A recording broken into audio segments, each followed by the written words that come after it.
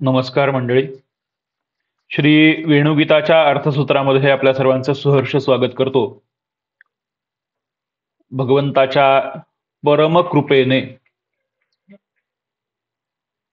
काही गोष्टी आपण शिकलो आहोत. त्यातला वेणुगीत हा जो भाग आहे हा श्रीमद भागवत महापुराणाअंतर्गत दशमस्कंधाचं म्हणजे भागवताचा आत्मा किंवा भागवताचं हृदय हे दशमस्कंध मानलं गेलेलं आहे. त्यातला त्या दशमस्कंधातील 21वा अध्याय आपण 21व्या अध्यायाचं आपण अध्ययन केलेलं आहे. तर त्याचं अर्थसत्र आपण आज बघत आहोत की नेमकं काय आहे त्या याचा प्रत्येक श्लोकांचा प्रत्येक मंत्रांचा अर्थ काय आहे आणि नेमकं काय म्हणायचं इथे व्यास माऊलींना ते आपण बघूया. बरं, चला आपला कोणताही वेळ न वाया घालवता आपण अर्थसत्राला सुरुवात करूया. बघा, श्री शुक उवाच. शुक म्हणतात, कोणाला म्हणतात? राजा परीक्षिताला श्रीमद भागवत महापुराण सांगतायत ना. इथे शुकांनी, श्री शुक मुनींनी राजा परीक्षिताला सांगितलेलं आहे, इत्थम शरद स्वच्छ जलम पद्माकर सुगंधिना नविशद वायुना वातम स गो गोपालकोच्युतः. श्री शुक म्हणतात की शरद ऋतूमुळे पाणी निर्मळ झालंय बघ. सगळ्या जलाशयांचे पाणी हे निर्मळ झालेलं आहे. थोडक्यात वर्णन काय इथे बघा की पाऊस पडून गेलेला आहे. आता सगळं काही जे आहे ते सगळं शांत झालेलं आहे. कोणत्याही प्रकारचा आता पाऊस पडत नाहीये आणि त्याच्यामुळे जलाशय जे आहेत ते अतिशय स्वच्छ झालेले आहेत. सगळ्या आलेला जो गाळ वगैरे आहे तो खाली बसलेला आहे. आणि असा शरद ऋतू जो आहे, हा शरद ऋतू हा मनाला अतिशय शांत करण्याचं काम, अनेक पावसाळे गेल्यानंतर, अनेक चढउतार बघितल्यानंतर, जीवनामध्ये अनेक पावसाळे अनेक चढउतार गेल्यानंतर जी शांतता येते त्या शांततेला शरद ऋतू म्हटलेलं आहे बघा इथे भागवतामध्ये. त्यामुळे इथे शरद ऋतूमध्ये ही सगळी जलाशय जी आहेत, इथे जलाशय म्हणजे काय? आपण पूजेमध्ये कलश ठेवतो, तो कलश जो आहे त्या कलशाची पूजा प्रथम केली जाते. गणपती पूजा, कलश पूजन, मग पुण्याह वाचन वगैरे सगळं जे काही असतं ते पूजेमधला एक भाग आहे. तर त्यातला जो कलश आहे, हा कलश जो आहे तो देहधारी आहे बघा. कलश म्हणजे देहधारी, म्हणजे हा प्रद्युम्न कुलकर्णीचा जो देह आहे या देहाला कलश म्हटलेला आहे. आणि त्या देहामध्ये उपस्थित असलेलं जे चैतन्य आहे त्या चैतन्याला पाणी म्हटलेलं आहे बघा. असे चढ उतार बघितल्यानंतर सगळं वर खाली झालेलं आहे. आतापर्यंत सापडलेलं नाही, काही गवसलेलं नाही. नुसती उपासनेवरती उपासना झालेली आहे, भगवंताची सेवा नुसती झालेली आहे. पण आतापर्यंत काहीही साध्य झालेलं नाहीये. फक्त चढ उतार जीवनामध्ये होते. अनेक बरे वाईट प्रसंग जीवनामध्ये येऊन गेले आणि बरे वाईट प्रसंग जीवनामध्ये येऊन गेल्यानंतर त्या भगवंताची असीम कृपा ज्या वेळेला प्राप्त होते त्यावेळेला ते जे सगळं पाणी आहे ते पाणी इतके दिवस जे ढवळत असतं, अतिशय शांत राहत नाही, ते अतिशय चंचल प्रमाणामध्ये नुसतं ढवळलं जातं. अशा वेळेला त्याची चंचलता नाहीशी होऊन ते ज्या वेळेला शांत स्वभावामध्ये येतं त्या ठिकाणाला शरद ऋतू असं म्हटलेलं आहे. इत्थम शरद स्वच्छ जलम पद्माकर सुगंधिना न्यविशद वायुना वातम स गो गोपालकोच्युतः. की शरद ऋतूमुळे जेथील जलाशयातील पाणी अतिशय निर्मळ झाले होते, त्या जलाशयात उमललेल्या कमळांचा सुगंध हा वाऱ्याबरोबर पसरत होता. आणि अशा वृंदावन कशाला म्हटलंय बघा, लक्षात घ्या की अनेक चढउतार बघून झालेले आहेत. अनेक चढउतार बघून झाल्यानंतर जिथे शांतता येते, जिथे समाधान व्यक्तीला प्राप्त होतं, त्या समाधानाला वृंदावन म्हटलेलं आहे. अशा वृंदावनामध्ये पुढे असं म्हटलंय की अशा वृंदावनात श्रीकृष्णांनी गायी व गोपाळांसह प्रवेश केलेला आहे. हे वृंदावन असं आहे बघा. आजचं जे वृंदावन आहे, आजचं वृंदावन हे भक्तिमय वातावरणाचं वृंदावन आहे. वृंदावन ही जागा नुसती घ्यायची नाहीये, तर वृंदावन हे स्वतःमध्ये निर्माण झालं पाहिजे, अशी अपेक्षा इथे व्यासमौली पहिल्याच श्लोकामध्ये व्यक्त करते बघा. स गोगोपालकोच्युत न्यविशद्वायुना वातम स गोगोपालकोच्युत, की त्या वाऱ्याबरोबर पसरलेला जो कमळांचा सुगंध आहे, त्या सुगंधाबरोबर श्रीकृष्णांनी वृंदावनामध्ये गायी व गोपाळांसह प्रवेश केला, हा पहिल्या श्लोकाचा अर्थ आहे. दुसरा श्लोक बघा काय, कुसुमित वनराजी शुष्मी भृंगन द्विजकल घुष्ट सरस्वरीन महींद्रम मधुपतिरव गाह्य चारयंगास सह पशुपाल बलश्चुकूज वेणुम. व्यासमौली पुढे म्हणते की तेथील फुलांनी बहरलेल्या वनराईत धुंद भ्रमर गुणगुण करत होते. धुंद भ्रमर गुणगुण करत होते. आता इथे भ्रमर ही संकल्पना जी आहे ना, ही भ्रमर ही संकल्पना ज्याला वरवरचं ज्ञान आहे, ज्याला पांडित्यपूर्ण ज्ञान आहे, अशा व्यक्तीसाठी किंवा अशा साधकासाठी वापरलेली आहे. तिथे काय, धुंद भ्रमर गुणगुण करत होते वृंदावनामध्ये. कशाचं? पांडित्यपूर्ण ज्ञान देत होते. भगवंत म्हणतो मला पांडित्यपूर्ण ज्ञान आवडत नाही. भगवंत म्हणतो मला पांडित्यपूर्ण ज्ञान आवडत नाही. उद्धवांकडे तेच पांडित्यपूर्ण ज्ञान होतं. ते पांडित्यपूर्ण ज्ञान घालवण्यासाठी आणि प्रॅक्टिकल नॉलेज देण्यासाठी म्हणून त्यांना गोपींकडे पाठवलं. गोपींनी त्यांची चांगली कान उघडणी केली. ती कान उघडणी ज्या मार्फत केली त्या गीताला भ्रमरगीत म्हटलेलं आहे. त्या गीताला भ्रमरगीत म्हटलंय. इथे बघा की धुंद भ्रमर गुणगुण करत होते, पक्ष्यांचे थवे किलबिलाट करत होते. पक्ष्यांचे थवे किलबिलाट करत होते. त्यामुळे तेथील सरोवरे, नद्या आणि पर्वत नादमय झाले होते. पर्वत हे नादमय झाले होते. बघा, पक्ष्यांचे थवे किलबिलाट करत होते. पक्षी हा कोण आहे बघा. पक्षी ही संकल्पना या ठिकाणी जी आलेली आहे ना, ही विवेकरूपी चैतन्याची आलेली आहे बघा. विवेकाचे थवे, विवेकाचे पक्षी हे किलबिलाट करत होते. कशाचा किलबिलाट करत होते? हा नीती मार्गाचा, न्याय मार्गाचा किलबिलाट होता. त्यामुळे तेथील सरोवरे, नद्या आणि पर्वत नादमय झाले होते. पर्वत नादमय झाले होते. श्रीकृष्णांनी बलराम आणि गोपालांबरोबर तेथे गायी चरत असताना वेणू वाजवण्यास सुरुवात केली. अशा ठिकाणी, ज्या ठिकाणी सर्व नादमय आहे, अशा ठिकाणी भगवंतांनी नादमय सृष्टी आपली जी आहे ती उत्पन्न केलेली आहे बघा. आता हा नाद कसा होता? तर हा नाद असा होता, समर्थांनी कृष्णपर या त्यांच्या स्तवनामध्ये असं म्हटलेलं आहे की कळेना लीळा वेणू हा काय बोले, की त्याची वेणू जी आहे ना, त्या वेणूतले स्वरच कळत नाहीत. हे उभे सर्व गंधर्व चक्कीत झाले, कळेना लीळा वेणू हा काय बोले. पडे नाद कानी तया पावयाचा, होई जीव व्याकुळ गोपीजनांचा. अकस्मात हा नाद कोठोनी आला, तया नाद मुळास नेवो निघाला. तो मूळ नाद जो आहे ना, त्याला अनाहत ध्वनी असं म्हटलेलं आहे समर्थांनी. तो अनाहत ध्वनी भगवंतांनी त्यांच्या बासरीमधून फुंकायला सुरुवात जशी केली, तसे तिथे काय, तिथले जे सुष्मी भृंग जे आहेत, की जे धुंद भ्रमर जे आहेत, ते भ्रमर आपोआप शांत झालेले आहेत. पक्ष्यांचं थवे जिथे विवेकाचा, नीती मार्गाचा, न्याय मार्गाचा, तत्व मार्गाचा, सांख्य मार्गाचा जो किलबिलाट चालू होता तो शांत झालेला आहे. भगवंत म्हणतो की आता याची कशाची गरज नाही, मी फक्त प्रेम देतो, मला फक्त प्रेमाची गरज आहे. म्हणून तिथे मधुरा भक्ती उत्पन्न झाली. मधुरा भक्तीचं सर्वात पहिलं उगमस्थान जे आहे ते वेणुगीत आहे.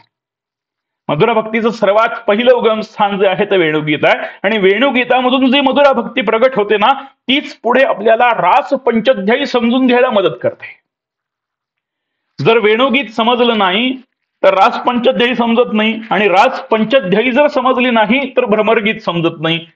ही भागवताची एक मोठी एकमेकांमध्ये अडकलेली साखळी आहे बघा. म्हणून वेणुगीत समजून घेणं खूप गरजेचं आहे. वेणुगीत हा भगवंताचा अंतरंग गाभा आहे, की जो भगवंत कसा आहे आणि भगवंताला नेमकं काय पाहिजे हे फक्त तो दाखवण्याचा प्रयत्न करतो. म्हणून भगवंत इथे केवळ आणि केवळ प्रेमभाव, मधुरा भक्ती याच गोष्टीचा उदात्तीकरण करताना आपल्याला दिसतात.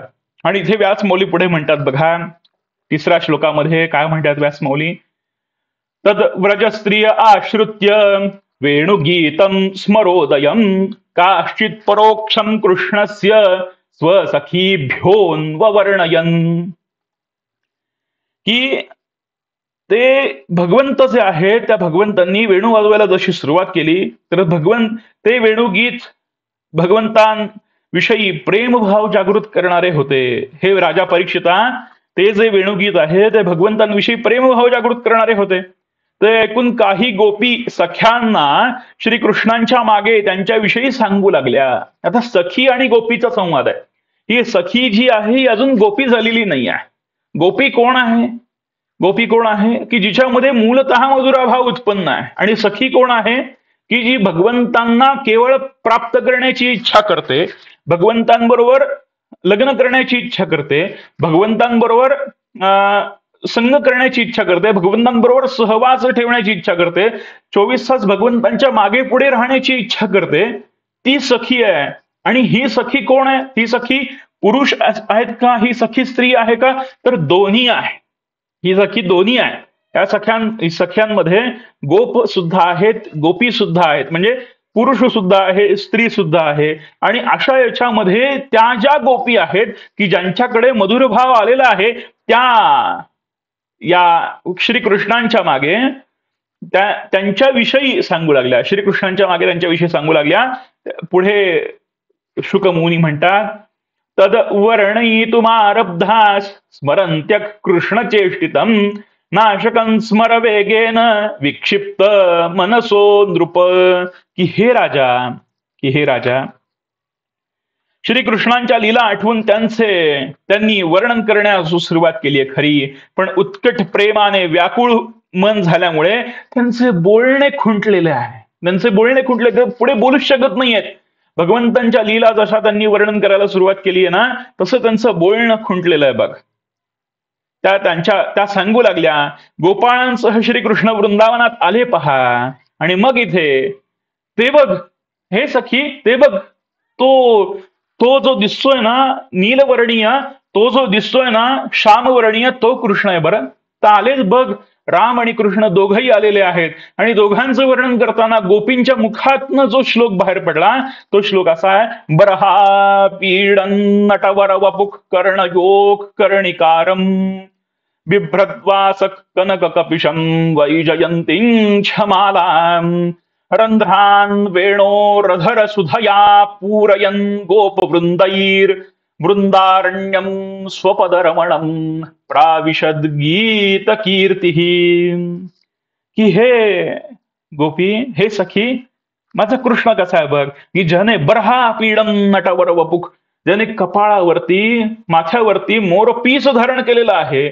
नटवर वपुहू जो भगवंत आहे त्याने कानामध्ये दिव्य अशी कुंडलं घातलेली आहेत, पितांबर परिधान केलेलं आहे, वैजयंतीची माळ गळ्यामध्ये घातलेली आहे. ती माळ अपाद आहे, म्हणजे गळ्यात घातल्यानंतर ती घोट्यापर्यंत येऊन रुळतीये. भगवंत जसा चालतोय त्या चालण्याच्या बरोबर ती माळ जी आहे ती हवेबरोबर हलकी हलकी मंद मंद उडतीये खालून. आणि अशी जी माळ आहे, अशी माळ हा या रूप नटश्रेष्ठाला शोभून दिसते. रंध्रांद्वेणो रधर सुधया पूरयन गोपवृंदई. ती त्याची बरेच, आणि त्याची बासरी जी आहे ना ती छिद्रमय आहे. त्या छिद्रामध्ये तो आपलं अधर लावतो, त्याच्यामध्ये तो अमृत फुंकतो. आणि ते जे अमृत आहे ते ऐकल्यानंतर आमच्या मनामध्ये अतिशय रोमांच उभे राहतात. त्याचा अनुभव तू घे. वृंदारण्यम स्वपदरमणम प्राविशद गीत कीर्ती. अगं, मी त्याची ही जी कीर्ती सांगतेय ना, ही कीर्तीच त्याची चरणरज आहे. ही कीर्तीच त्याची चरणरज आहे. तो लहान असताना ज्या वेळेला गोकुळामध्ये जो पळत जायचा ना, त्या पळण्याबरोबर त्याच्या पायातनं जी धूळ उडायची, ती धूळ या गोकुळामध्ये सर्व गोपीवासियांना हवीशी वाटत असे. आज कृष्णाने आमच्या घरी चोरी केली, अरे हो का, आज आमच्या घरी येणार आहे, उद्या आमच्या घरी कधी येईल, आमच्या घरी कधी करणार आहे, असं गोपींचा संवाद गोकुळामध्ये चालत असे. हे सखी, तुला ते सुख जर पाहायचं असेल ना, तर त्याची कीर्ती तुला वर्णन करावी लागेल, आणि जशी जशी तू त्याची कीर्ती वर्णन करशील तसं तसं त्याची चरणरज जी आहे ती तुला प्राप्त होत जाईल बघ. वृंदारण्यम स्वपधर्मणम प्राविशद गीत कीर्ती. गोपाळ त्यांच्या कीर्तीचे गायन करीत आहेत. हे वृंदावन त्यांच्या चरणांमुळे अधिकच रमणीय झाले आहे असे आम्हाला वाटते. परिचिता, चराचराचे मन आकर्षून घेणारा वेणुनाद ऐकून सर्व गोपी त्याचे वर्णन करू लागल्या, आणि हे ते करत असताना तन्मय होऊन श्रीकृष्णांना मनाने आलिंगन देऊ लागलेले आहे. मनाने आलिंगन दिलंय बघा, मनाने आलिंगन दिलंय. इति वेणुरवं राजन् सर्वभूत मनोहरम श्रुत्वा व्रजस्त्रिया सर्वा वर्णयंत्योभिरे भिरे. मनाने आलिंगन दिलंय गोपींनी की अरे भगवंता. जी सखी विचारते इथे भगवंत कुठे आहे, तर ती म्हणते की माझा जो मधुर भाव आहे त्या मधुर भावामध्ये भगवंत उपस्थित आहे. माझा जो मधुर भाव आहे त्या मधुर भावामध्ये भगवंत उपस्थित आहे. आणि पुढे गोपी म्हणू लागल्या, गोप्य उचुः. अगं सख्यांनो, तुम्ही डोळे असणाऱ्यांच्या डोळ्यांची एवढी सार्थकता मानतो, आम्ही डोळे असणाऱ्यांच्या डोळ्यांची एवढी सार्थकता मानतो. दुसरी नाही ती हीच की जेव्हा श्रीकृष्ण आणि बलराम मित्रांसह गुरे हाकीत वनात जातात किंवा परत येतात तेव्हा वेणू वाजविणारे किंवा प्रेमळ नेत्रकटाक्षांनी आमच्याकडे पाहणारे त्यांचे मुख कमल मनसोक्त पाहता यावे यासाठी, म्हणून आम्हाला ज्यांना डोळे आहेत त्या डोळ्यांचं आम्ही सार्थकता मानतो, त्या डोळ्यांची आम्ही सार्थकता मानतो. बघा इथे मधुर भाव किती आहे. प्रथम कृतज्ञता ही डोळ्यांविषयी व्यक्त केलेली आहे गोपींनी. भगवंत चाललेत, वर्णन करा, वर्णनाचं स्मरण करा की हे कसं आहे. कल्पना करा की भगवंत गाई गुरांना घेऊन गोकुळामधून वृंदावनामध्ये आलेले आहेत. भगवंतांनी गुडघ्यापर्यंत धोतर नेसलेला आहे. गोपटोप हा डोक्यावरती लावलेला आहे, कमरेला बासरी आहे, एका हातामध्ये गोप काठी आहे ज्याला घुंगरू लावलेले आहेत, घुंगर काठी म्हणतात त्याला. ती घुंगरू लावलेली काठी एका हातामध्ये घेतलेली आहे. आणि भगवंत गायींना हाकतायत, आणि त्याच्यामध्ये असं गायींना हाकत असताना त्या गायींना आवाज देत आहेत, नंदिनी थांब ग, कपिला थांब ग. अशा पद्धतीने ज्या वेळेला गायींना आवाज देत देत देत भगवंत ज्या वेळेला ह्या गायींना घेऊन ज्या वेळेला वृंदावनामध्ये येतात त्यावेळेला गोपी म्हणतात की आम्हाला तो गायींचा तांडा येताना ज्या वेळेला दिसतो, गायींचा कळप येताना ज्या वेळेला दिसतो त्यावेळेला आम्ही आमच्या डोळ्यांची सार्थकता, त्याच्यासाठी आम्ही कृतज्ञता व्यक्त करतो डोळ्यांची. कारण याच्यानंतर गायी जेव्हा पुढे सगळ्या जातील त्याच्यानंतर मागून येणारा जो श्रीहरी आहे ना, त्या श्रीहरीचं दर्शन हे आमच्यासाठी फार अलौकिक असणार आहे, फार अलौकिक असणार आहे. म्हणून आम्ही सतत डोळ्यांची कृतज्ञता व्यक्त करतो की हे डोळ्यांनो, तुमच्यामुळे आम्हाला ते श्रीहरीचं दर्शन होत आहे. अक्षणवतां फलमिदन्न परम विदामस सख्य पशूननुविवेश यतोर्वयस्यैः वक्त्रं व्रजेश सुतयोरनुवेणुजुष्टं यैर्वानिपीतमनुरक्त कटाक्ष मोक्षम. आणि तो जो कटाक्ष आहे ना, तो भगवंताकडून येणारा जो तिरपा कटाक्ष आहे की उभा देहुडा पावली चक्रपाणी जया शक्र भांबा वलान कृताणी. त्याच्या आधीचं जे भगवंताचं वर्णन आहे ना की कटी वक्रता भृल्लता वक्रपा आहे तया देखिता जीव थकीत राहे, की भगवंताचा कटाक्ष जो आहे ना तो वक्र आहे. आणि वक्र कटाक्षामधून भगवंत ज्या वेळेला गोपींकडे बघतो त्यावेळेला तो कटाक्ष कसा आहे की निपीत मनुरक्त कटाक्ष मोक्षम, तो मोक्षाला घेऊन जाणारा कटाक्ष आहे. बस त्याच्यामध्येच मोक्ष आहे, बाकी दुसरा कुठलाही मोक्ष नाही. आम्हाला कुठेही नाही नेलं तरी चालेल. श्री ब्रह्मचैतन्य गोंदवलेकर महाराज त्यांच्या रामपाठामध्ये फार सुंदर असं वर्णन करतात की मीन मागे धनसंपत्ती, मज न लगे वैकुंठ प्राप्ती, तुझ्या भक्तांची संगती घडो मज सर्वथा, कोट्यानुकोटी जन्म घेईन करीन तुझे पाद सेवन, अवतार लीला मुखाने गाईन ऐसे देई सर्वथा. की ही अवतार लीला आहे ना ती आम्हाला मुखाने गाण्याची एक संधी दे, वारंवार वारंवार वारंवार संधी दे रामा. काय कर, जर आमच्यावरती एवढीच कृपा कर. जगद्गुरु संत श्रेष्ठ श्री तुकाराम महाराज म्हणतात की की आम्हाला वारंवार तू गर्भवासी होण्याची संधी दे. कारण तुझा महिमा वर्णन करण्याची ताकद जी भूलोकामध्ये आहे ती तुझ्या वैकुंठ धामामध्ये नाही, ती पाताळात नाही, स्वर्गामध्ये नाही, कुठल्याही भुवनांमध्ये नाही. ती केवळ आणि केवळ मर्त्य भूलोकावरतीच ती उपस्थित आहे. म्हणून आम्हाला तू इथे वारंवार येण्याची संधी दे. असा विचार हा जो 7व्या श्लोकामध्ये आहे, हा 7व्या श्लोकातला विचार आपण इथे बघितला. 8व्या श्लोकाकडे जाऊयात. चूत प्रवाल बरहस्त बकोत्पलाब्ज मालानुपृक्त परिधान विचित्र वेशौ मध्ये विरेज तुरलं पशुपाल गोष्ठ्यां रंगे यथा नटवरौ क्वच गायमानौ. हा कसा आहे भगवंत? भगवंत असा आहे, अत्यंत स्वच्छंदी आहे आणि अत्यंत साधा आहे माझा भगवंत. सखीला सांगतीये गोपी की अत्यंत साधा आहे. भगवंताला तुला प्राप्त करून घ्यायचं आहे, भगवंताला तुला काय अलंकार वगैरे द्यायची इच्छा आहे का? अरे पण तो कसा आहे, माला अनुपृक्त परिधान विचित्र वेशौ, की जो गोपांचा अधिपती असलेला जो नंद आहे त्याचा हा मुलगा आहे, त्याने कसे आभूषण धारण केले पाहिजेत?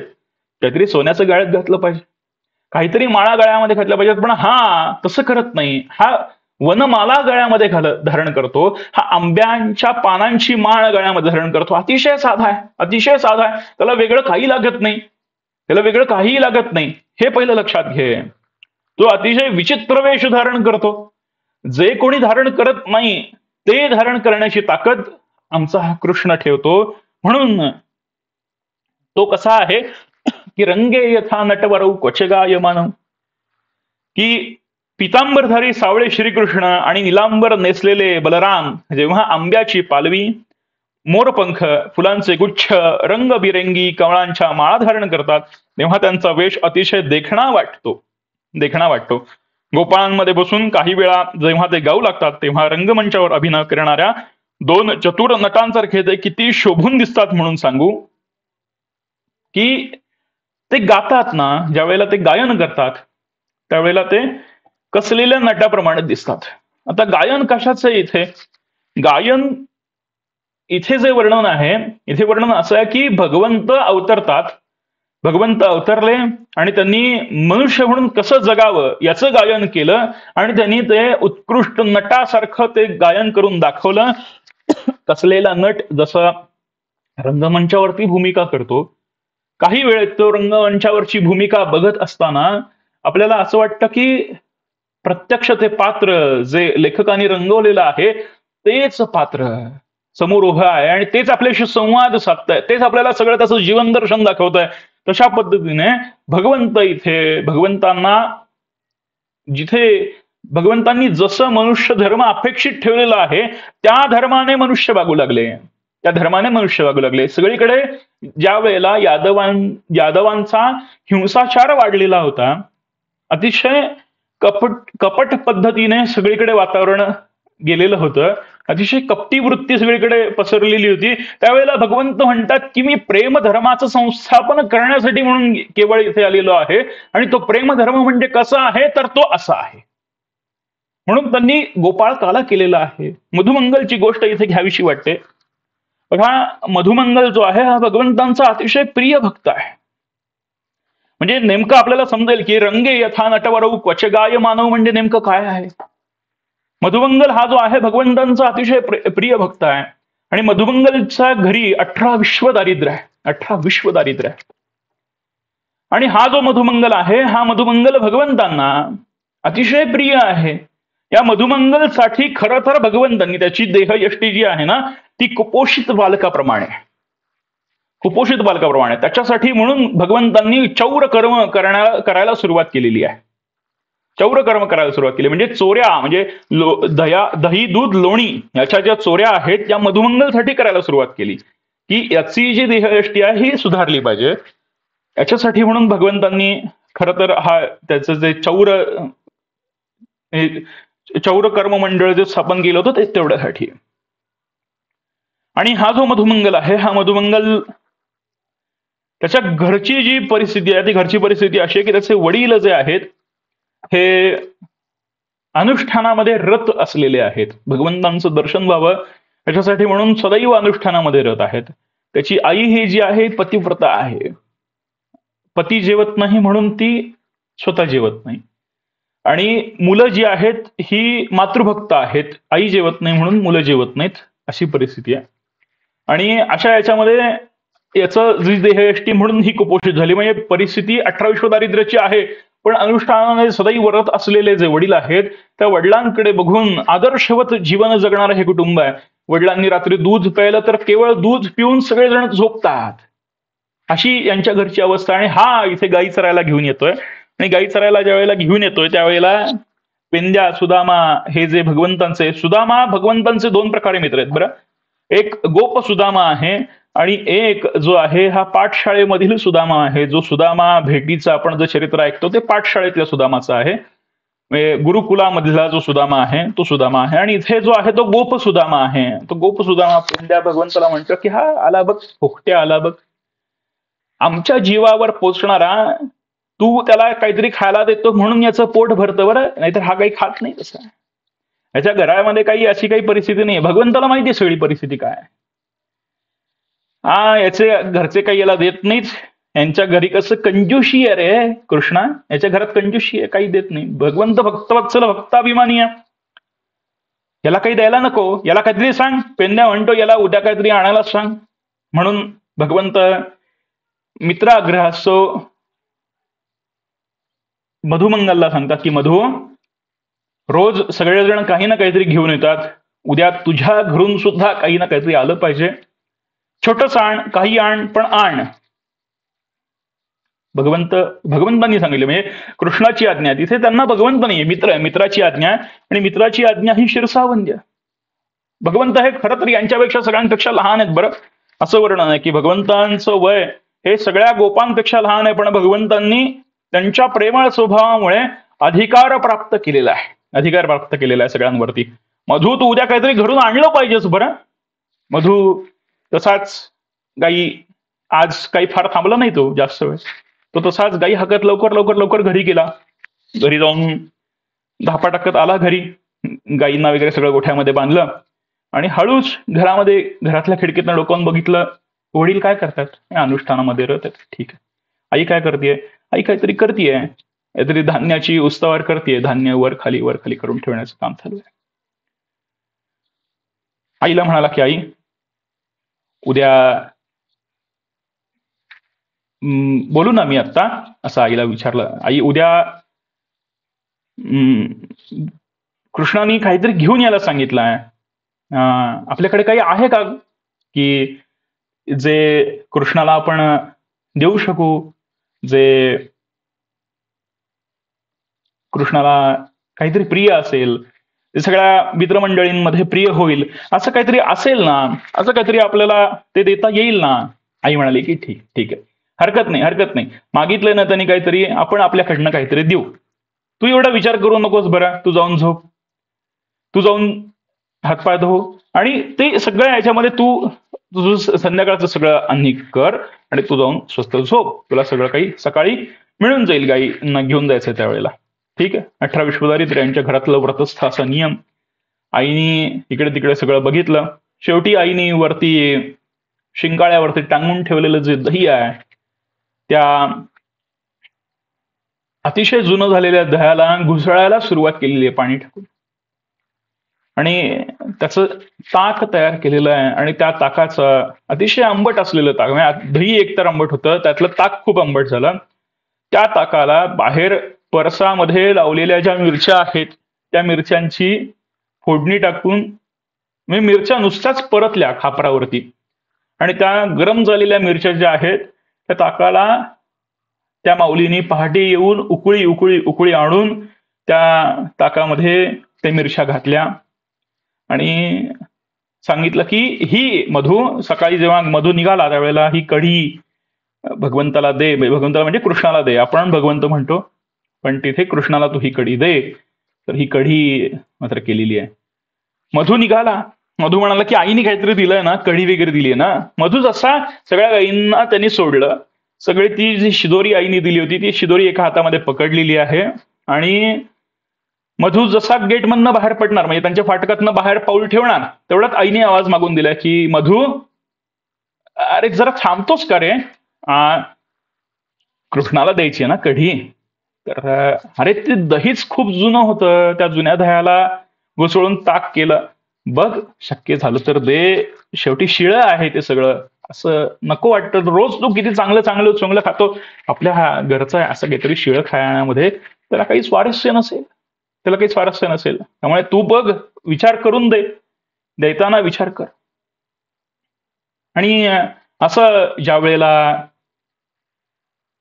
या आईनी मधूला सांगितलं, त्यावेळेला मधू ती गोष्ट जी आहे मनात ठेवली आहे त्याने, आणि रोज ज्या मार्गाने तो सगळ्या मित्रांना जाऊन मिळतो त्या मार्गाकडे तो गेलाच नाहीये, दुसऱ्या मार्गाकडे गाई वळवलेल्या आहेत. म्हणतो की ही नाही द्यायची, ही कृष्णाला नाही द्यायची कढी, ही शिळी आहे ना, ही आपण घेऊ. तो चांगलं चांगलं खाणारा आहे, चांगल्या घरातला आहे, त्याला द्यायची नाही. म्हणून असं तो दुसऱ्या मार्गाने गायींना वळवलेला आहे, गायींना हाकत चाललेला आहे तो. चला चला चला चला, गायींचं मागे सगळं त्या आवाज चालू आहे. आणि एका अशा ठिकाणी तो गेला की त्या ठिकाणी निरव शांतता आहे, फक्त गायींच्या टापांचा आवाज होतोय.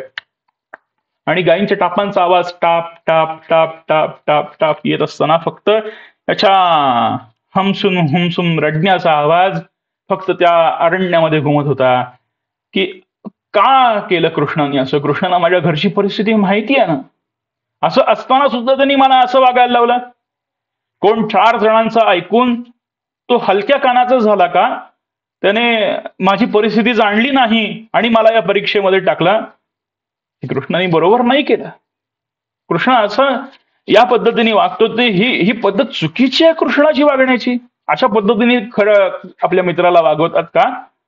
मला एवढा तो जवळचा मित्र म्हणवतो आणि अशा पद्धतीने तो माझ्याशी वागतो, हे बरोबर नाही, हे बरोबर नाही असं म्हणत तो रडत होता. आणि रडत असता असता एका ठिकाणी त्याने गायींना थांबवलं, आणि गायींना थांबवून त्याने तिथेच गटागट गटागट गटागट ती कढी पिऊन टाकलेली आहे. भगवंतांनी एका बाजूला सगळं काही जाणलंय, आणि भगवंत आपल्या गोपमित्रांना म्हणाले की अरे थांबा रे, मी जरा जाऊन येतो, मधू आला तर तुम्हीही सुरुवात करून घ्या, मी जरा एक 5 मिनिटात जाऊन आलो. असं म्हणून भगवंतांनी एक आडवा जो डोंगर गेला होता त्या डोंगरावरून खाली उतरले आणि मधूच्या समोर येऊन उभे हजर. आणि मधूच्या समोर आल्यानंतर मधूकडे फक्त कटाक्ष मोक्षम ही जी अवस्था आहे ना, याच्या आधी आपण बघितली इथे की यैर्वा निपीत मनुरक्त कटाक्ष मोक्षम, भगवंतांनी फक्त इथे कटाक्ष टाकलेला आहे मधूकडे. मधूकडे कटाक्ष टाकल्यानंतर नेमकं काय आहे हे मधूला समजलं. आणि मधूला समजल्यानंतर नेमकं भगवंताला काय म्हणायचं हे मधूला समजलं. भगवंत पुढे आले आणि मध्ये विरेज तुरलम पशुपाल गोष्ठ्याम रंगे यथा नटवरऊ पचगाय मानो. पुढे गायी उभ्या आहेत, मागे गायी उभ्या आहेत, मध्यभागी मधू उभा आहे. आणि मधू उभा असताना मधूच्या ओठाच्या खाली हनुवटीवरती जे कडीचे थेंब उरलेले होते ते थेंब भगवंताने चाटून घेतलेत. म्हणून इथे गोपी म्हणतात की रंगे यथा नटवरऊ पचगाय मानव. की असा हा जो नट आहे, या नटाने की तो मनुष्य म्हणून कसं जगायचं हे आम्हाला तो वारंवार दाखवतो. मधूला सांगितलं की मधू, आईला सांग की कढी छान झाली होती. रंगे यथा नटवरऊ क्वचगाय मानव.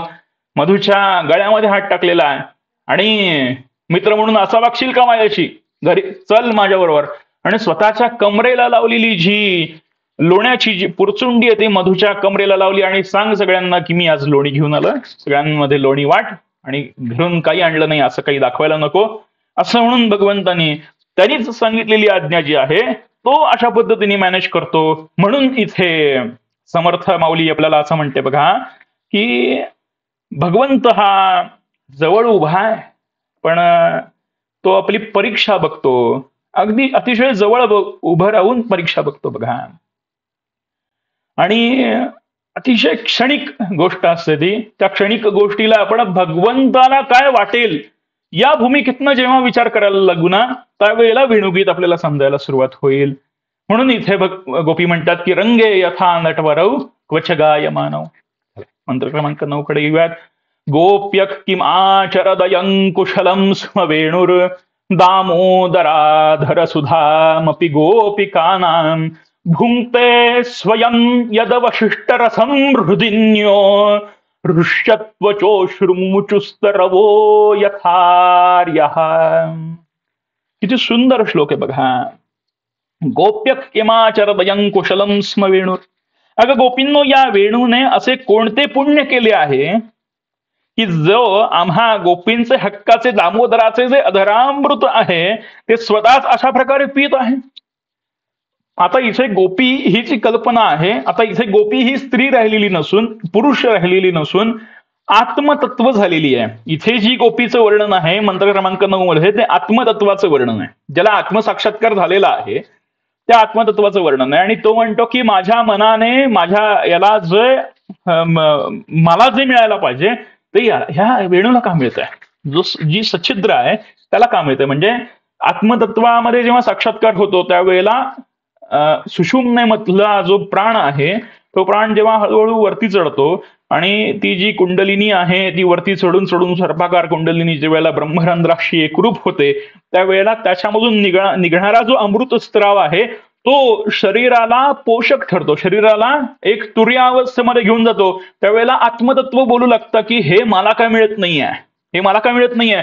तुर्यावस्था तर मिळतीये पण याचा अनुभव शरीर घेत आहे, याचा अनुभव मला काय मिळत नाहीये. गोप्य किमाचरदयं कुशलम स्म वेणुर दामोदराधर सुधामपि गोपिकानां भुङ्क्ते स्वयं यदवशिष्टरुसं हृदिन्यो हृष्यत्वचोश्रुमुचुस्तरवो यथार्यः.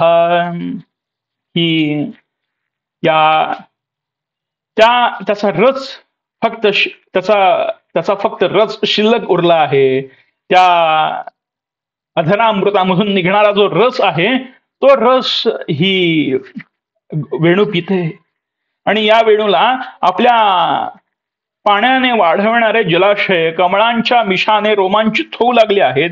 आपल्या वंशामध्ये जन्मलेल्या भगवतप्रेमी वेणूला पाहून वृक्ष सुद्धा श्रेष्ठ पुरुषांप्रमाणे भगवत भक्ता आपला वंशज आहे हा विचार मनात येऊन मधुबिंदूच्या मिशाने आनंदाश्रू ढाळीत आहेत. असं वर्णन आहे बघा की आजूबाजूला ज्याच्यापासून ही उत्पन्न वेणू झाली आहे त्या बांबूचे वृक्ष आणि त्याच्या आजूबाजूचे सगळे जे त्याचे बांधव आहेत ते म्हणतात की अरे आपला हा वंशज आहे, हा इतका श्रेष्ठ झाला की याने भगवंताचा अधराला हा लागलेला आहे. आजूबाजूची सगळी जी इंद्रिय आहेत, ज्या इंद्रियांवरती ताबा मिळवून सुषुम्ना जागृत केली गेलेली आहे ती सगळी इंद्रिय म्हणतात की अरे आपला हा वंशज आहे, सुषुम्ना ही आपली वंशज आहे. आणि ती आता इतकी श्रेष्ठ झाली की तिने भगवंताचं साक्षात्कार करून घेतलेला आहे, भगवंताला साक्षात पकडलेलं आहे. असं असताना हे सगळे जे वृक्षराज आहेत किंवा हे सगळे जे आहेत जे अढळ आहेत जे तिथून हलत नाही त्यांच्या ह्याच्यावरून ते आनंदाश्रू ढाळत आहेत, आनंदाश्रू ढाळत आहेत. सगळे जे इंद्रिय आहेत साधकाची ही सगळी इंद्रिय ही भगवंताच्या नामाने रोमांचित होऊन जातात. त्यावेळेला मंत्र क्रमांक 9चा साक्षात्कार साधकाला होतो. गोप्य किमाचरदयं कुशलं स्म वेणुर दामोदराधर सुधामपि गोपिकानां भुङ्क्ते स्वयं यदवशिष्टरसं हृदिन्यो हृष्यत्वचोश्रुमुचुस्तरवो यथार्यः. स्व आत्मबोधाचा की स्व साक्षात्कार ज्या वेळेला होतो मनुष्याला किंवा साधकाला त्यावेळेला स्व साक्षात्कारानंतर जी आत्मनिवेदन भक्ती असते जी भगवंताकडे व्यक्त करायची असते ते आत्मनिवेदन भक्तीचे पहिला टप्पा हा मंत्र क्रमांक 9 आपल्याला उलगडून दाखवतो बघा. खूप खोल आहे वेणुगीत, हे मी फार वरवर सांगतोय तुम्हाला आणि हे काहीच नाहीये. वेणुगीत हे जे आहे हे अतिशय गहन आहे, अतिशय गूढ आहे. बरं चला मंत्र क्रमांक 10 कडे येऊयात आपण. वृंदावनम सखी भुवो वितनोती कीर्तिम.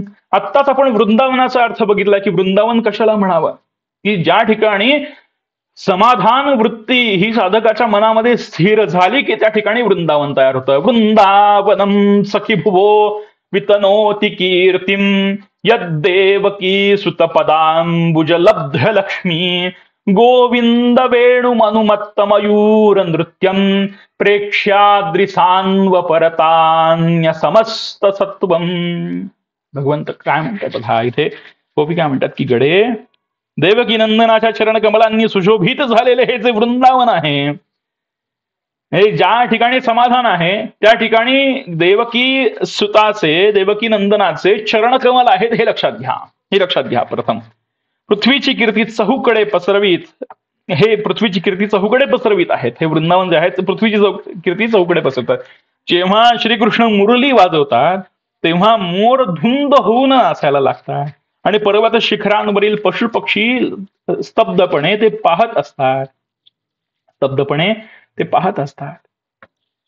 आणि तसेच जेव्हा सुंदर वेश धारण केलेले श्रीकृष्ण बासरी वाजवितात त्यावेळेला मंदबुद्धीच्या हरिणी सुद्धा ते ऐकत, म्हणजे आता हा 11व्या श्लोकातला हा अर्थ आहे म्हणा, की आता आपण कुठपर्यंत अर्थ घेऊयात की पशुपक्षी स्तब्धपणे ते पाहत असतात. हे पशुपक्षी जे आहेत, आपण मगाशीच हे केलं की पक्षी हे जे आहे ते विवेकरूपी, विवेकाचं हे आहे. पशु जे आहे हा मनोभावाचं प्रतीक आहे, पक्षी हे जो आहे विवेक भावाचं प्रतीक आहे, आणि ते स्तब्धपणे पाहायला लागतात. ज्यावेळेला भगवंत मुरली वाजवतात त्यावेळेला, ज्यावेळेला नामस्मरण हे वैखरीतून मध्यमा, मध्यमेतून पश्यंती आणि पश्यंतीतून परा अशा याने प्रवास करत पुढे जाते, ज्या वेळेला ते परापश्यंतीकडे जाते त्यावेळेला हे सगळं जे काही आहे आजूबाजूचे सगळे मनोभाव स्तब्ध होतात. एकही विचार साधकाच्या मनामध्ये येत नाही आणि हा विचार न येता नेमकं भगवंताला काय म्हणायचं आहे ते तिथे समजून घ्यायला सुरुवात होते. हा श्लोक मंत्र क्रमांक 10चा अर्थ आहे. बरं, मंत्र क्रमांक 11कडे जाऊयात. धन्यास्म मूढमतयोपि हरिण्येता यानंद नंदनमुपात्त विचित्र वेशम आकर्ण्य वेणुरणितं सहकृष्ण सारा पूजांधुर विरचितां प्रणयावलोकैः. की हे सखे, हे गडे, की जेव्हा सुंदर वेश धारण केलेले श्रीकृष्ण बासरी वाजवतात तेव्हा मंद बुद्धीच्या हरिणी सुद्धा ती ऐकत काळविंटा समोर त्यांच्या जवळ येऊन प्रेमपूर्ण नेत्रकमलांनी त्यांची जणू पूजा करतात, त्यांची जणू पूजा करतात. आता बघा, मंदबुद्धीच्या हरिणी आणि काळविंट असं 2 रूपक इथे वापरलेली आहेत. आता मुळात हरिण जो आहे हा चंचल भावाला प्रतीक असलेला आहे, ज्याचा भाव चंचल आहे, स्थिर नाही आहे. भगवंताच्या ठिकाणी ज्या वेळेला आपण उपासना करायला बसतो, उपासना करत असता असता काही कालांतराने त्या साधकाला सिद्धी प्राप्त होतात. सिद्धी प्राप्त झाल्यानंतर तो साधक ती उपासना अर्धवट सोडून देतो. त्या अर्धवट सोडून दिलेल्या उपासनेला मंदबुद्धी हरिणीची उपमा दिलेली आहे. आणि काळविंट जो आहे हा अहंकाराचं प्रतीक आहे. आपण लहानपणापासून काळविंटाची कथा ऐकतो बघा, की काळविंट त्याच्या शिंगांना अतिशय तो प्रिय मानतो आणि शिंगांमध्ये तो शेवटी अडकतो आणि मग वाघ त्याच्यावर हल्ला करतात. तो शिंगांमध्ये अडकून बसतो. असं त्याचं प्रेम त्याच्या शिंगांमध्येच असतं. तो मागे जात नाही.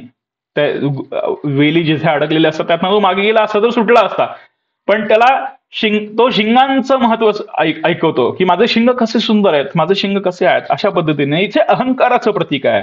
आणि त्यांच्या जवळ येऊन ते प्रेमपूर्ण नेत्रकमलांनी त्यांची जवळ पूजा करायला लागतात. म्हणजे या सिद्धी ज्या मिळवलेल्या आहेत त्या अहंकाराची पूजा करतात. पण अहंकार इथे कशाच्या स्वरूपात मानला गेलेला आहे, तर अहंकार हा कर्तृत्वाच्या स्वरूपामध्ये मानला गेलेला आहे. अहंकार 2 पद्धतीने आहे बघा.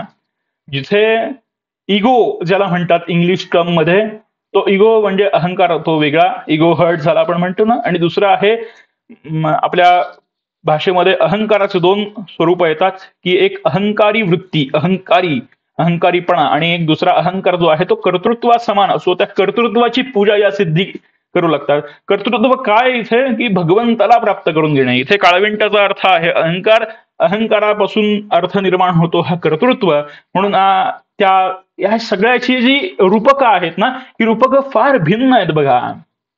असा हा 11व्या श्लोकाचा अर्थ आहे, की भगवंत ज्या वेळेला बासरी वाजवायला लागतात त्यावेळेला असे साधक सुद्धा कर्तृत्वाची पूजा करतात. ज्याचं कर्तृत्व श्रेष्ठ आहे त्या कर्तृत्वाची पूजा असे साधक करू लागतात. म्हणजे नेमकं काय आहे, की ज्या वेळेला ज्या साधकाने साधना अर्धवट सोडलेली नाही, भगवंताचा पूर्ण साक्षात्कार करून घेतलेला आहे, त्यावेळेला सिद्धी पावलेले जे साधक आहेत ते साधक अशा साधकाकडे जातात आणि त्याला सांगतात की आम्हाला भगवंताचं दर्शन करवून दे, त्याच्यासाठी म्हणून उपासना दे, अशी म्हणून त्याची पूजा करू लागतात. असं वर्णन या मंत्र क्रमांक 11 मध्ये आलेलं आहे. हा सुप्त अर्थ आहे, प्रत्यक्ष अर्थ वेगळा आहे. चला मंत्र क्रमांक 12 कडे येऊयात. कृष्ण निरीक्ष वनितोत्सवरूपशीलम श्रुत्वा च तत्त्वणित वेणु विचित्र गीतम देव्यो विमानगतय स्मरन्न सारान् भ्रश्यत प्रसून कबरा मुहुर्विनिव्यः. फार सुंदर श्लोक आहे, मला प्रचंड आवडतो हा श्लोक.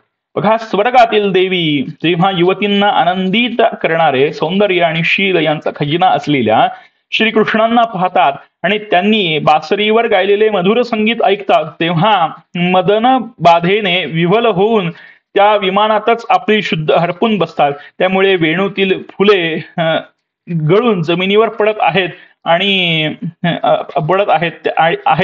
याची त्यांना जाणीव नसते की शालू कमरेवरून निसत आहेत याचंही त्यांना भान नसते. आता हे सगळ्याचं वर्णन आहे. हे वर्णन जर प्रत्यक्ष शब्दशः घ्यायचं म्हटलं तर ते फारच वेगळं आहे. पण इथे भगवंताचं वर्णनांत गोष्ट अशी आहे, याच्यासाठी एक दृष्टांत बघितला पाहिजे. दृष्टांत आहे विदुरजींचा, विदुरजींची पत्नी आणि विदुरजी यांचा दृष्टांत आहे.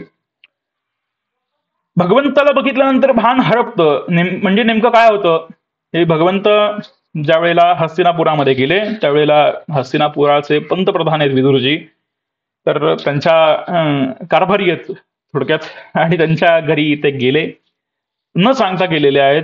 इकडे कौरव बोलवत आहेत जेवायला, पण भगवंतांच्याकडे काही जेवायला गेले नाहीत, विदुरजींकडे गेलेले आहेत, असा तो प्रसंग आहे. आणि ज्या वेळेला विदुरजींकडे गेले, विदुरजींची झोपडी होती, विदुरजी काही महालात राहत नव्हते, आणि त्या झोपडीमध्ये भगवंतांनी दरवाजा वाजवला.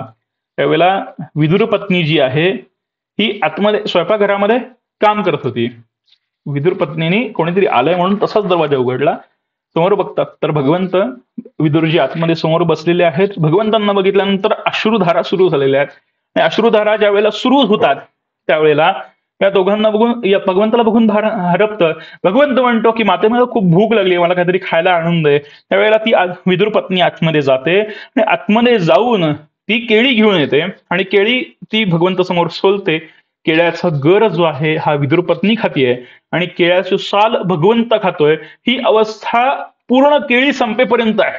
आणि शेवटचं केळ जेव्हा संपतं आणि भगवंत नुसती साल खात असतो, त्यावेळेला हे दोघं त्या मायेतनं बाहेर येतात. भगवंताचं जे भगवंताकडे बघितल्यानंतर हरपलेलं जी अवस्था आहे त्या अवस्थेतनं बाहेर येतात आणि म्हणतात की भगवंत, हे चूक झाली आमच्याकडनं, आम्हाला माफ कर. त्यावेळेला भगवंत म्हणतो की ही चूक नाहीच आहे, हे तुमचं प्रेम आहे, त्या प्रेमाने माझं पोट भरलेलं आहे.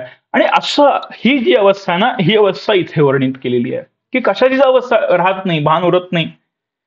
आणि ही गोष्ट खरी आहे, ही गोष्ट खरी आहे. ज्या वेळेला भगवंताचं दर्शन होतं, ज्यावेळेला भगवंताचा साक्षात्कार होतो, त्यावेळेला आजूबाजूचा कशाचंच भान साधकाला राहत नाही. बघा, इथे साधक जो आहे तो कुठल्याच याच्यामध्ये, कुठल्याच अवस्थेमध्ये तिथे राहत नाही, तो वेगळ्या अवस्थेमध्ये असतो. लोक त्याला वेडी म्हणतात तिथे, की काय वेडा मनुष्य आहे, कसं वागतो, कसं करतो. अरे तो स्वतंत्रपणे भगवंताच्या दर्शनामध्ये लीन असतो. अशी अवस्था साधकाची आहे. त्यामुळे इथे त्याचं शब्दशः अर्थ न घेता इथे भगवंताची जी हे आहे, कृपा आहे, ती भगवंताची कृपा फार वेगळ्या पद्धतीने होते. आणि भगवंताचं दर्शन झाल्यानंतर साधकाची काय अवस्था होते, ही अवस्था इथे वर्णन केलेली आहे. बघा, मंत्र क्रमांक 13 काय उच्चारत बघा.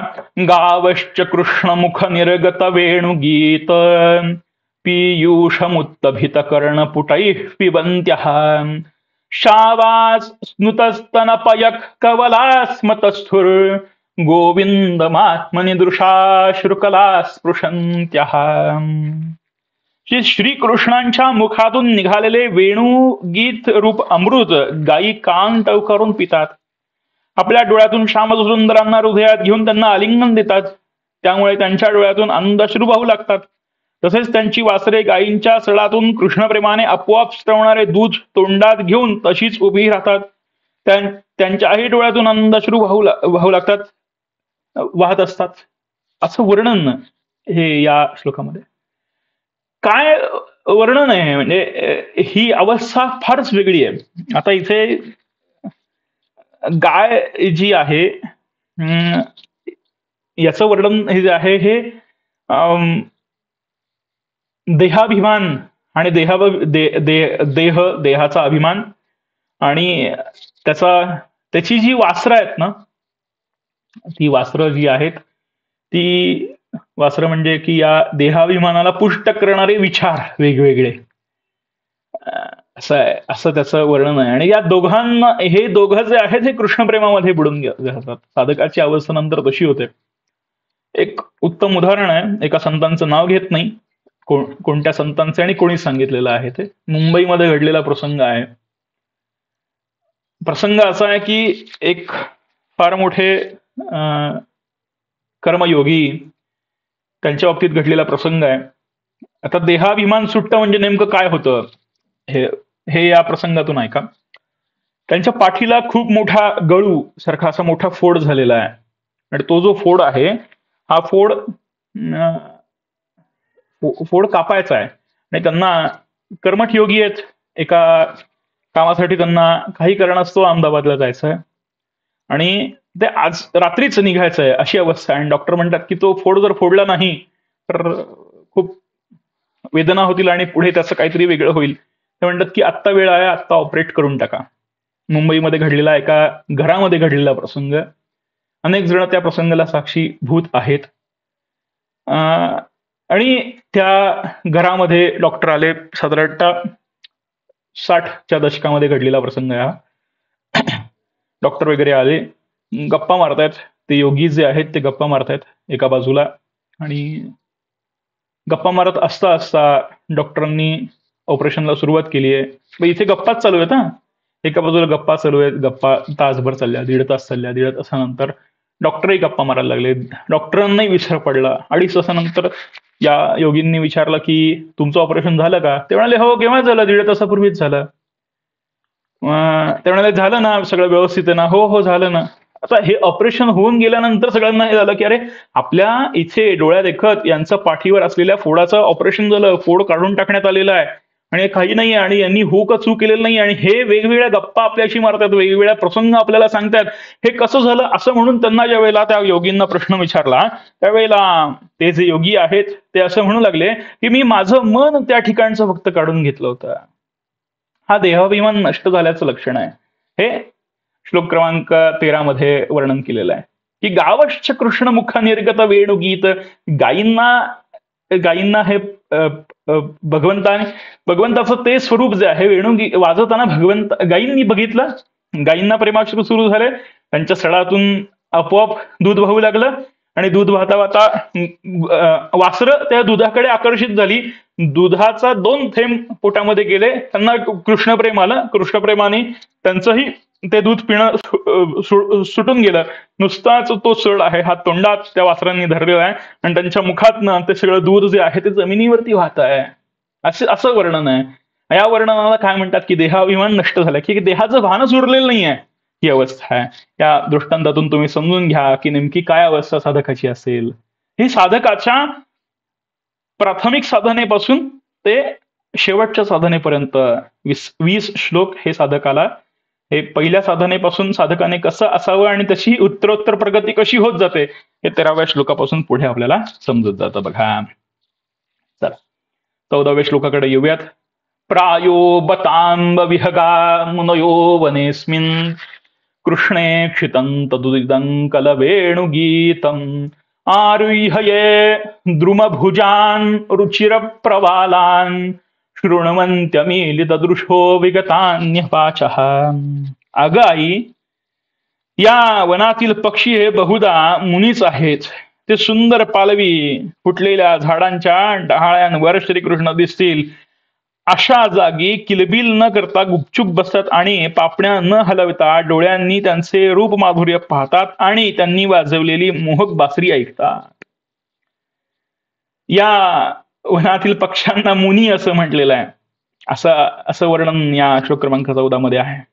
आपल्याला हा श्लोक जो आहे हा कृष्णोपनिषदामध्ये घेऊन जातो. राम ज्या वेळेला वनवासामध्ये होते त्यावेळेला वनवासामध्ये किष्किंधा नगरीमध्ये चातुर्मास झालेला आहे. शेवटचा चातुर्मास भगवंताचा तिथे झालेला आहे. आणि किष्किंधा नगरीमध्ये चातुर्मास ज्यावेळेला झाला त्यावेळेला चातुर्मास समाप्ती जी आहे ही संन्यासी चातुर्मास समाप्ती ही लवकर होत असल्या कारणानं पृष्ठपतीला संन्यासी चातुर्मास समाप्ती होते.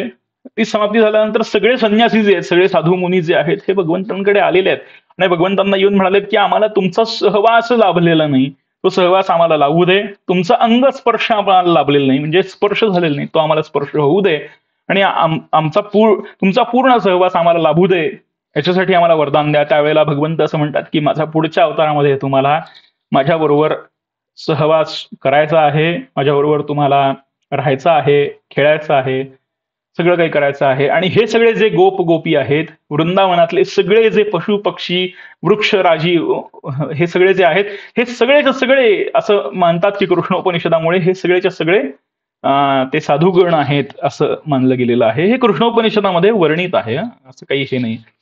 तर त्या उपनिषदामधलं जी कथा येते ती कथा इथे सूक्ष्म स्वरूपामध्ये श्लोक क्रमांक 14 त्या कथेचा पुन्हा एकदा आठवण आपल्याला करून देतो. चला मंत्र क्रमांक 15 कडे येऊयात. बघा, नद्यस्तता तदुपधार्य मुकुंद गीतम हावर्त लक्षित मनोभव भग्न वेगा आलिंगनस्थगीत मूर्मि भुजैर्मुरारेर गृह्णन्ति पादयुगलं कमलोपहारा. फार सुंदर असा आहे. या नद्यांनीही श्रीकृष्णांच्या बासरीचा आवाज ऐकला आणि त्यांच्या मनात प्रेमभाव जागृत झाला. तेच हे भोरे, त्यामुळे त्यांचा वाहण्याचा वेगही मंदावला. त्या तरंगरूपी हातांनी त्यांचे चरण पकडून त्यांवर कमळे अर्पण करून त्यांना आलिंगन देत आहेत. बघा, त्या नदी ही जी आहे या नदीमध्ये वाहणारे जे भोरे आहेत, आता ही नदी जी आहे हा भक्ताच्या मनातील भक्ती प्रवाह आहे. त्या भक्ती प्रवाहामध्ये उत्पन्न झालेले जे भोरे आहेत हे भोरे अनेक कामना सांगितलेल्या आहेत.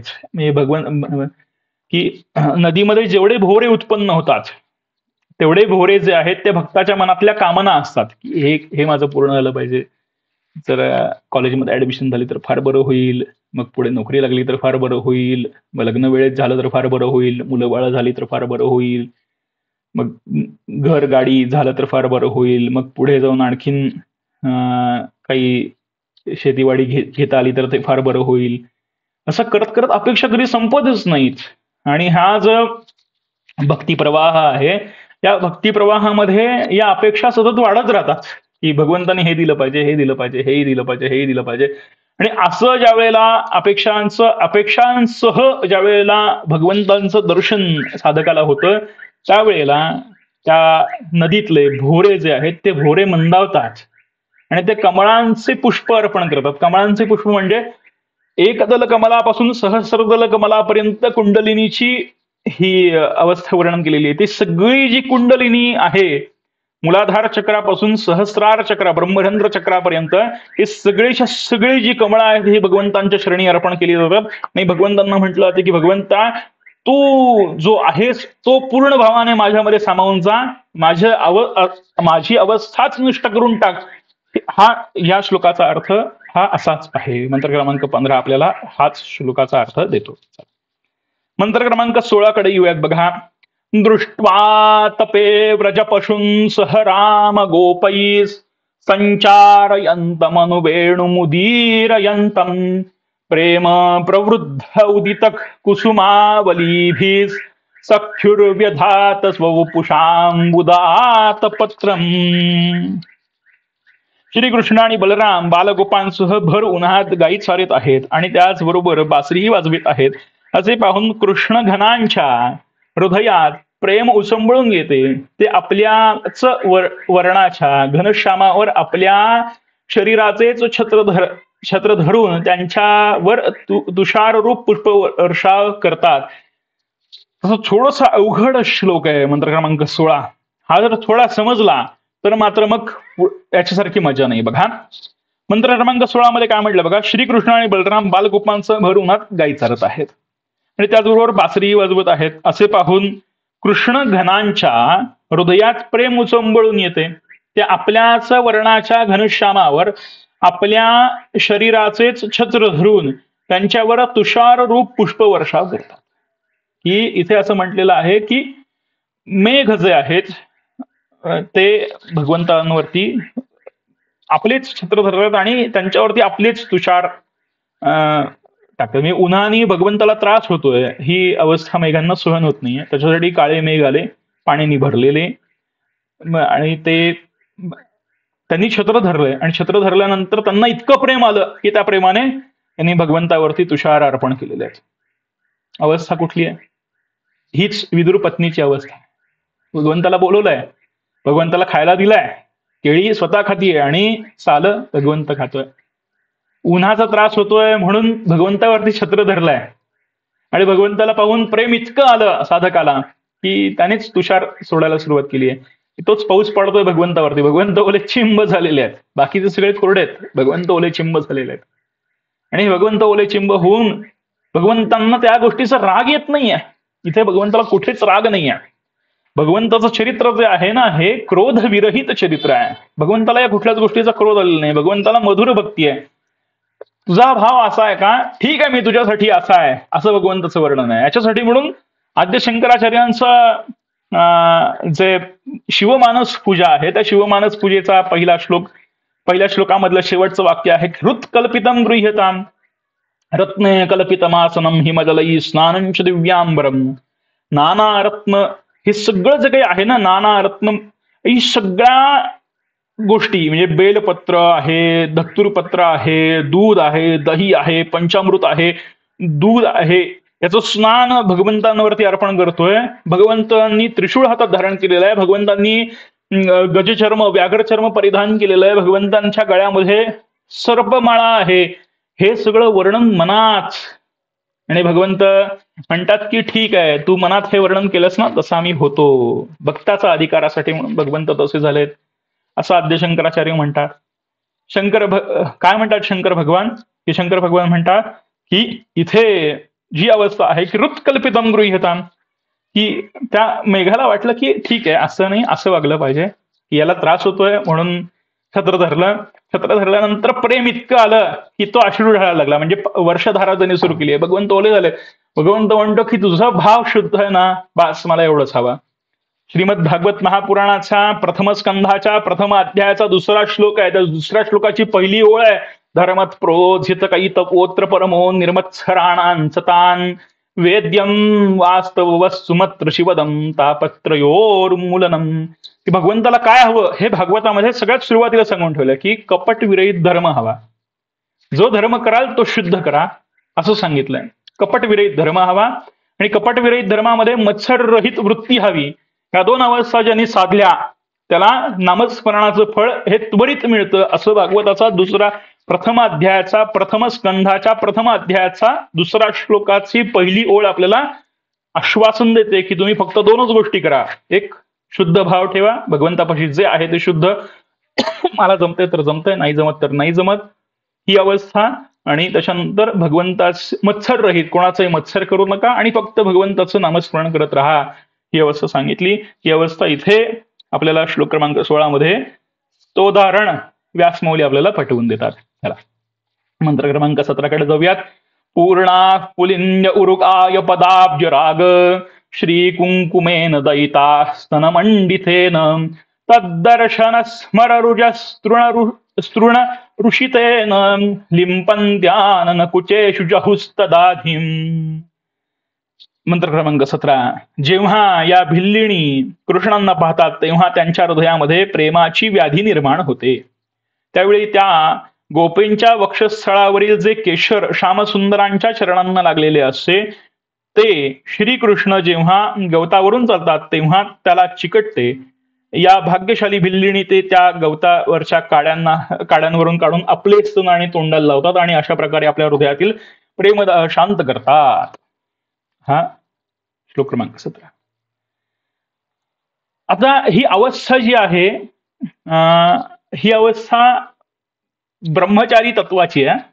श्लोक क्रमांक 17 मध्ये जो ब्रह्मचारी आहे आणि भगवंताचा उपासक आहे, ब्रह्म आचरिती इथे ब्रह्मचारी म्हणजे जो आचरण करतोय ब्रह्मचर्याचं. आपल्याकडे ब्रह्मचर्याची व्याख्या एकाच प्रकारे सांगितली आहे, तसं ब्रह्मचर्य नव्हे. जो खरोखर ब्रह्माचा साक्षात्कार करून झाल्यानंतर केवळ ब्रह्म साक्षात्कारानेच जो जगतो आहे, इथे भिल्ल स्वरूप जे आहे, इथे त्या अवस्थेला म्हटलेलं आहे. आणि त्यांच्या मनामध्ये प्रेमाची व्याधी निर्माण झाली, म्हणजे मधुरा भक्ती, म्हणजे निर्गुण साक्षात्कार झाल्यानंतर सुद्धा अरे हा सगुण साक्षात्कार आम्ही का नाही करून घेतला, ही अवस्था त्या साधकाला आलेली आहे. की निर्गुण साक्षात्कार एखाद्याला झालेला आहे, सगळं काही झालेलं आहे, साधना करून ज्याची झालेली आहे, साधना सगळी संपलेली आहे, आता साधना करण्यासारखं म्हणून काही राहिलेलं नाहीये, आता केवळ उरलो उपकारापुरता, अशी अवस्था ज्या संतांची आहे, त्या संतांच्या अवस्थेमध्ये ते म्हणतात की निर्गुण निराकार परब्रह्माचा साक्षात्कार करून घेतल्यानंतर सुद्धा हे रूप माधुर्य आम्हाला त्या निर्गुण परब्रह्मामध्ये दिसलं नाही. आम्हाला हे रूप माधुर्य का मिळालं नाही, म्हणून ते गोपींचा हेवा करतात. गोपींचा हेवा करतात.